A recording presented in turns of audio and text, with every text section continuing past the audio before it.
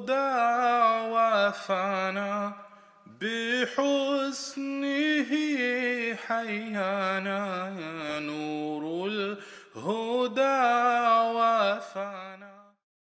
Assalamu alaikum wa rahmatullahi wa barakatuh. My dear viewers, welcome once again to Imam's Corner.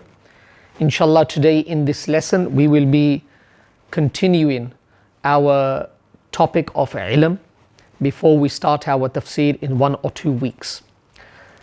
نحمده ونصلي على رسوله الكريم أما بعد رب اشرح لي صدري ويسر لي أمري واحلل عقدة من لساني يفقهوا قولي.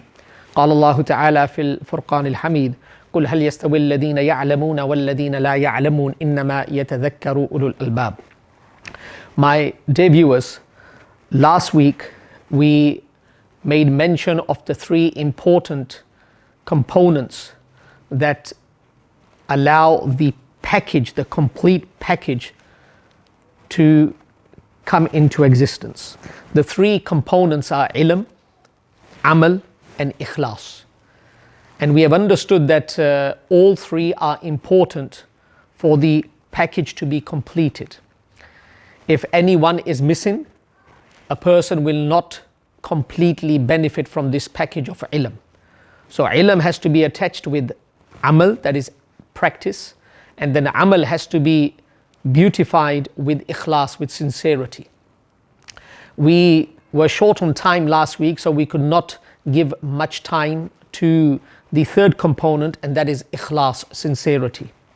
So we are going to speak about sincerity in this lesson, and then if time allows, we will continue with the topic. The first hadith of Sahih al-Bukhari is basically a hadith that has been recorded by Imam Bukhari. The Rawi is Hazrat Umar radiyallahu ta'ala and the 2nd Khalif of Islam. And the hadith is well known throughout the Muslim world. It is a lengthy hadith. The starting of that hadith is إِنَّمَا الْأَعْمَالُ بِالنِّيَّاتِ. That basically the actions are based upon the intention. Yani, what is the Nabi of Allah sallallahu alaihi wasallam saying? He's saying that if the intention is sound, the action is sound. And if the intention is not sound, it is rotten, then it will disturb the action and the action will become rotten. So if a person wants his ilm and his amal to truly benefit him, then the ilm and the amal should be done, acquired for Allah Almighty. There should be no external motive. His maqsad to do the good action and to acquire the knowledge is to please Allah Almighty. We have a very rich history and we have heroes. Nabi Kareem Muhammad sallallahu alaihi wasallam, when he left a nursery of heroes. 124,000 more or less heroes were left. And if we study their lives, we realize that they were embodiments of sincerity. When they used to speak or when they used to do something, it was to please Allah Almighty. I'm going to make mention of a few stories that are very, very inspiring. And inshallah, I believe that by sharing these stories, it will allow yourself and myself to think and rethink about intention. And then inshallah, allow the intention to be sound. One of the greatest generals of Islam, his name is Khalid bin Walid radiyallahu ta'ala an. And he was known amongst his peers, he was known amongst the Sahaba. And alhamdulillah, you and me nowadays, when we read the rich seerah of Nabi Kareem Muhammad sallallahu alaihi wasallam and the life of the Khulafai Rashidun, the Sahaba, we cannot escape the name of Khalid bin Walid radiyallahu ta'ala an. And it has been said that he was deputed as the general in Yarmouk in the tenure of Hazrat Umar radiyallahu ta'ala an. Hazrat Umar radiyallahu ta'ala an sent a message with a person to Khalid bin Walid who was leading the armies in Yarmouk. And this person, when he arrived there, he gave the letter of Umar radiallahu ta'ala an to Khalid bin Walid. Khalid bin Walid, he opened the letter and he started reading that letter. The content of the letter was that once you receive this letter, you are exonerated from your position. You have to give up your position.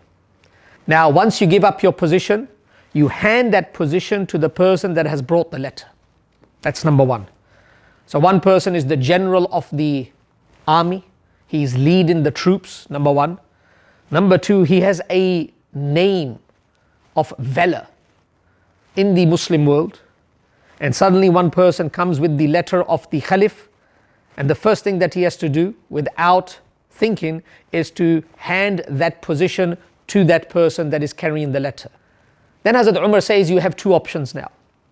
The first option is you can remain as a soldier in the army that you were leading a few moments ago. You can remain as a soldier, a normal soldier. Or you can return back to the capital, Madinatul Munawwara, and then I will give you some work in Madinatul Munawwara. Hazrat Khalid bin Walid opted for the former. So he said that I want to remain as a soldier in the army that will be led by the new general that has come from Madinatul Munawwara with the letter. After some time, people approached Hazrat Khalid bin Walid radiyallahu ta'ala an, and they said that it must have been so hard for you to give up that position. You were the general of the army and suddenly you were demoted and you became a soldier. The Khalid bin Walid radiyallahu ta'ala an, he responded. And this response of Khalid bin Walid radiyallahu ta'ala an is basically a true representation of Ikhlas, of sincerity, of true intention. Hazrat Khalid bin Walid radiyallahu ta'ala an said, it was no problem for me. Because when I was the general leading the armies, the post was nothing. I was pleasing Allah Almighty. And I still have that opportunity to please Allah Almighty by being a soldier. So nothing disturbed me. So prior to becoming a soldier, when I was the general, I was pleasing Allah Almighty. And when I was demoted and I became a soldier, I still am pleasing Allah Almighty. So for me, it is no problem. And that is a true representation of the sincerity of Khalid bin Walid radiyallahu ta'ala an. The second story that I would like to share with you is the story of one person that is not well known to the Muslim world. But his intention was so sound that this story made it in the books of Islam. He's not a very well known person. So it is the Battle of Madain in the leadership of Sa'ad bin Abi Waqqas, the Fatih of Misr, the conqueror of Egypt. So after Allah Almighty granted victory to Sa'ad bin Abi Waqqas and his troops, they were collecting the Mal Ghanimat, the booty. So after 3 days, they inspected the Mal Ghanimat, the booty, the spoils of war, and they were ready to distribute. Suddenly, one person, he arrived and he had a bag and you could not see what was inside the bag. He came to Sa'ad bin Abi Waqqas radiyallahu ta'ala an, and he placed that bag in front of him. Sa'ad bin Abi Waqqas opened the bag and found inside a crown. And this crown belonged to the king of Madain. And this crown was embedded with precious stones, rubies, diamonds, pearls. And this was a great bounty, a great ni'mat, a great spoil of war. Sa'ad bin Abi Waqqas was amazed that this person has come and he has returned, or he has given this crown to us. He could have fled. He could have run away. No one knew about this. And he must know that no one knew about this. And he could have sold it in a different market, in a faraway market. And apparently he would be very, very prosperous and wealthy. But no one knew. Despite that, he came and he gave this crown to me. Listen to the next part. Sa'd bin Abi Waqqas addresses him and says to him that, do you know what you are giving to me? He says, yes, this is the king, this is the crown of the king. Sa'd bin Abi Waqqas says to him, what is your name? Subhanallah, he says, what is your name? And this person turns around, his back is facing Sa'd bin Abi Waqqas. So Sa'd bin Abi Waqqas cannot completely see his face. And he says, I returned this crown to you to please Allah Almighty, and Allah Almighty knows my name. And he walked away. What ikhlas, what true intention, what sound intention. An intention of this caliber, intention of this standard allows the ilm and the amal to ascend, and a person gets great reward in the life to come. The third story and the last pertaining to ikhlas is the story of the first Khalif of Islam, Hazrat Abu Bakr Siddiq radiyallahu ta'ala an. One day Hazrat Umar radiyallahu ta'ala an went to visit Hazrat Abu Bakr Siddiq, the first Khalif. And in the home of Hazrat Abu Bakr Siddiq, there used to be a register of the poor and the needy. So people, volunteers in the community, they used to come forward and they used to say that I have 1 hour, 2 hours, I can do this, I can do that. Then Hazrat Abu Bakr Siddiq used to analyze the need, study the need of the people that were in need. And then basically those that gave their name, he used to assign them a duty. So the person that was in need and the person that was addressing the need, their name used to be in the same line. So Hazrat Umar radiyallahu ta'ala was studying that book, and he came across a name of a lady, a widow, that was in need. But there was no person or there was no name beside her name that was addressing her need. So Hazrat Umar radiyallahu ta'ala thought that without informing Hazrat Abu Bakr Siddiq, he will go and he will take care of the needs of that lady. So basically that lady needed somebody to come on a daily basis and sweep the floors and collect the water from the well. That's it. So Hazrat Umar radiyallahu ta'ala, and the following day after Fajr he went, he knocked on the door, and a lady responded. She said, Man daqqal bab, who has knocked the door? And Hazrat Umar said, it is Umar. And Hazrat Umar was asked by the lady, why are you here? And Hazrat Umar said, I have come to sweep the floors and I will collect the water. The lady said that that has been done by a person, and that person comes every day. So Hazrat Umar was surprised, because the first thing that came to his mind was the register. And the register had the name of the lady, but not the person that was taking care of the need of the lady. So he was perplexed, he was surprised. Anyway, when he was returning back, he was thinking. And he thought in his mind that what I will do is tomorrow I'll come a bit earlier. So I'll pray tahajjud, and after tahajjud, before Fajr, I will knock on the door and address the needs of the lady. So the following day, after the nocturnal prayer, the Salatul Tahajjud, Hazrat Umar radiyallahu ta'ala, he went to the lady's house and he knocked on the door. The lady said, who is it? Hazrat Umar said, it is me. I have come to sweep the floors and to bring the water. The lady said that the person that comes every day, he has already come and he has done what needs to be done. So I don't need your service. So Hazrat Umar was more surprised now, that when did this person come? Yesterday I came after Fajr. Today I have come after Tahajjud, and this person has done what I intend to do.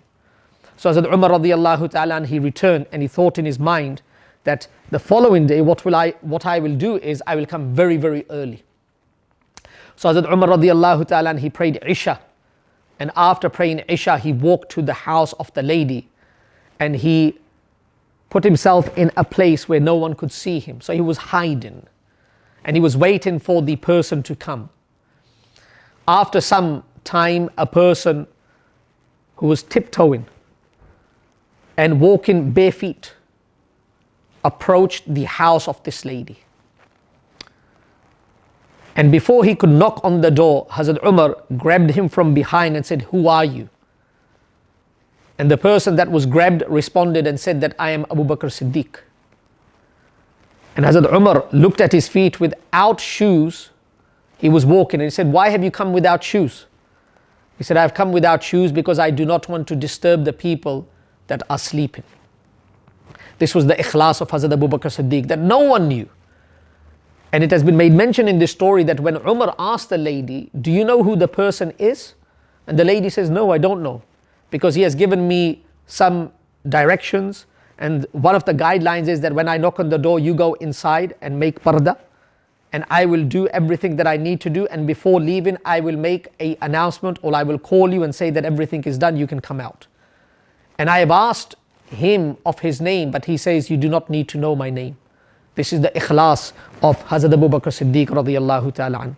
So my dear viewers, if we can attain ilm, not information, and we can attach ilm with amal, and we can attach ilm and amal with ikhlas, Allahu Akbar, then this altogether will allow us to attain high ranks in the Mubarak, noble, gracious court of Allah Almighty. So Allah Almighty allow us to adorn our actions with ikhlas. What is the next topic? What is the purpose of knowledge? What is the purpose of knowledge? It is important to know that why am I acquiring knowledge? So the ulama have said the objective, the mawdhu of ilm is to know what is halal and what is haram, what is lawful, what is unlawful, where I can keep moving and where I need to stop. Yani, where is the red signal and where is the green signal and where is the yellow signal. So it is basically, ilm allows us to live a life that is pleasing to Allah Almighty. And if a person is devoid of that, if he is acquiring knowledge and his intention is not that I should know where I should stop, where I can keep moving on, it is not about halal and haram, it is about fame, popularity, name, then basically this person is devoid, deprived of the objective, the mawdhu of ilm. It has been made mention in the Islamic books that Nizamul Malik Tusi, who was the owner, you can say, or the principal of Jamia Nizamiya in Baghdad, and he was running this institution, and people from far and wide used to come there and educate themselves. So after some time, Nizamul Malik Tusi, he realized that the children that are coming from far and wide, their intentions are not sound. So Nizamul Malik Tusi, he intended to speak with the students. Cutting the story short, he went to the first student and he said to the student, "Why are you here?" The student responded and he said that my father is a imam and I want to become an imam, so when my father dies I can replace him. So Nizamul Malik Tusi was not very satisfied with that response. He went to the second student and he said that, "Why do you want to become a scholar? Why are you acquiring knowledge?" And he said that my father is a khatib, a orator, and I want to be orator as well, because many people come and listen to you and there's fame and name. So he was very, very disappointed with that response as well. He went to a third child and he asked him, and that child, he said that my father is a mufti and I want to become a mufti as well because it ensures a good life. He wasn't very happy with that response as well, because the intention, the objective of ilm was not echoing in the response of these children. Anyway, he saw one child on the gate who was studying under the light, and he went to this child, and it was in his mind that this is the last child, and if this child doesn't respond well, I'm going to close this institution. So he says to this child, "Assalamu alaikum." The child says, wa alaykum assalam, and returns back to his study. Then Nizamul Malik Tusi says to him, why are you here? And this child says, don't waste my time. I have come to study and I don't have time to engage in a discussion with you. So Nizamul Malik Tusi took a back step. He was surprised by this response and he asked him again that, please tell me, why are you acquiring knowledge? And this child said that I'm acquiring knowledge so I can know what my Allah wants from me. I can know what is lawful, what is unlawful. And once I know, I can practice. And by practicing, I can please my Creator. Nizamul Malik Tusi, he was so happy with the response of this child that right there and then he made the intention that I will not close this institution. You will be surprised to know that this child who demonstrated sound intention later on became Imam Ghazali. Imam Ghazali, one of the greatest philosophers, one of the greatest scholars of Islam. That child basically was Imam Ghazali. So the mawdu', the objective of ilm is to know what my Allah wants from me.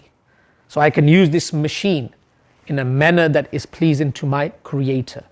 And that's why when we study the companions of Nabi Kareem Muhammad sallallahu alaihi wasallam and how they used to acquire knowledge, you will be surprised that Hazrat Abu Bakr Siddiq radiyallahu ta'ala an, he said that I learnt Suratul Baqarah in 2 years. I learnt Suratul Baqarah in 2 years. 286 verses. Nowadays, children that are from non-Arab backgrounds, they learn the entire Quran, 114 chapters, in 2 years or less than 2 years. There have been non-Arab children that have learned the Quran in 1 year.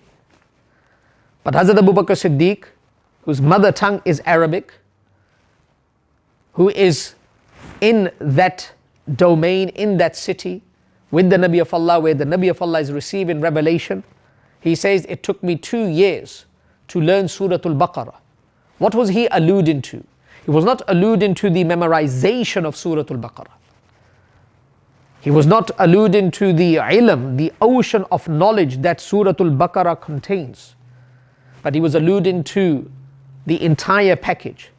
That if Allah Almighty says, Alif Lam Mim Dhalikal Kitabu La Rayba Fi Hudal Lil Muttaqeen, he did not move to the next verse until the knowledge, the ilm, the amal, the demand of this verse did not become part of his life. So by the time he came to the end of Suratul Baqarah, وَاعْفُ عَنَّا وَاغْفِرْ لَنَا وَارْحَمْنَا أَنْتَ مَوْلَانَا فَانْصُرْنَا عَلَى الْقَوْمِ الْكَافِرِينَ, and he looked back, the entire surah with its ilm, with its demand, could be seen in the life of Hazrat Abu Bakr Siddiq. And that's why it took him 2 years, because it's the lengthiest surah. There are many injunctions, many orders, many demands in this surah. And Hazrat Abu Bakr Siddiq could not move on until he took the entire package of each verse into his life. And that package is what we have been speaking about for the last 2-3 weeks, ilm, amal and ikhlas. Now, I'm going to share something very valuable with my viewers. And I'm going to share this so we can blossom and we can grow together. The question that comes to mind is, how do we preserve our knowledge? We're going to acquire knowledge by reading, by listening, by looking. But how do we preserve it? I may have a diamond today, but I may lose it tomorrow. So if Allah Almighty gives me a precious diamond, a precious stone, the first thing that will come in my mind is, how can I protect it? How can I protect it? So what would I do? I will try to find a locker, a safe, and I will place the precious stone in the locker, in the safe, hold on to the keys. So much so, even if a person gets married, after marriage, now they work towards protecting the marriage, protecting the relationship. So if a person has acquired knowledge, and we acquire knowledge continuously, perpetually, how do I protect it? So there's a saying amongst the scholars, and it is an amazing saying. The saying is, al-ilmu saydun wal-amalu qaydun. I'm going to translate it, and then inshallah we will shed light upon it. Al-ilmu saydun wal-amalu qaydun. Ilm, the acquiring of knowledge, is a prey. And amal, the practice of it, imprisons it. So what does that mean? It means that just like a person who is a hunter, when he goes out, he eyes the animal that he wants to hunt. So let's say there's a rabbit, and he sees one rabbit, and he says, this is the prey of today, this is the hunt of today. So after getting hold of that rabbit, hunting that rabbit, now what he does is, he wants to protect it as well. So he may have a cage, and he puts the rabbit in the cage, and then he locks it. So the cage with the lock now allows this rabbit to be in the possession of the hunter. Likewise, al-ilmu saydun wal-amalu qaydun. Ilm, when we go out, we hunt knowledge, we acquire knowledge.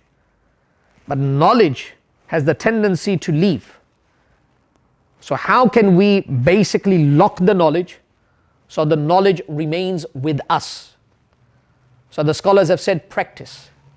When you practice, automatically that knowledge becomes yours.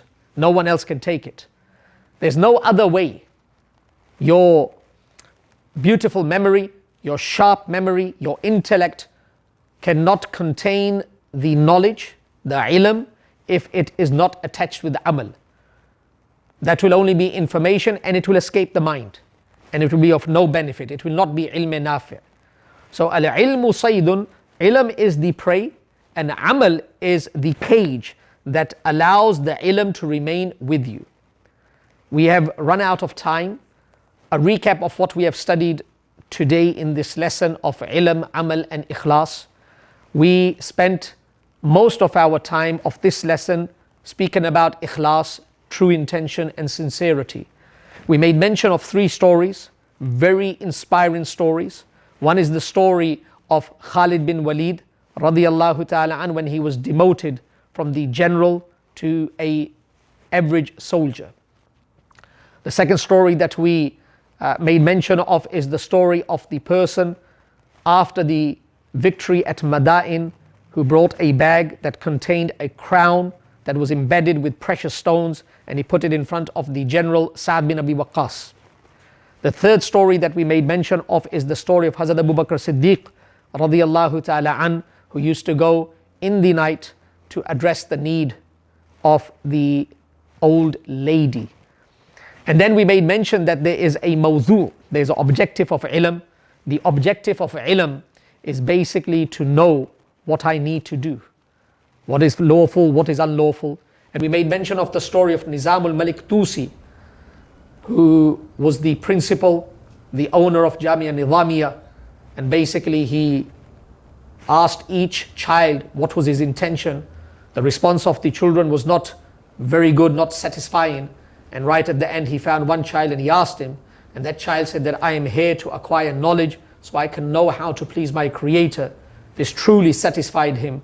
But the amazing aspect of this story is that that child later on became Imam Ghazali.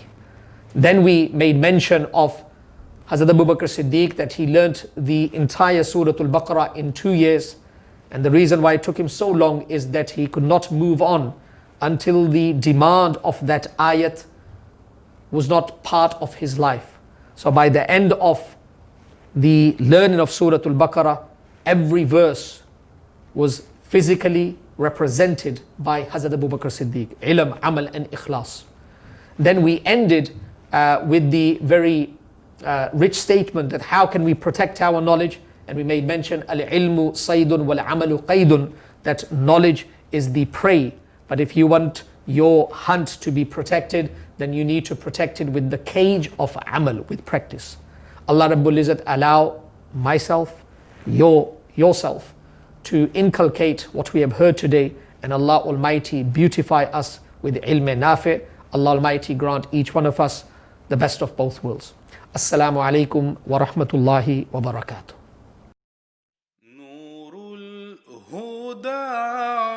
وفانا بحسنه حيانا نور الهدى وفانا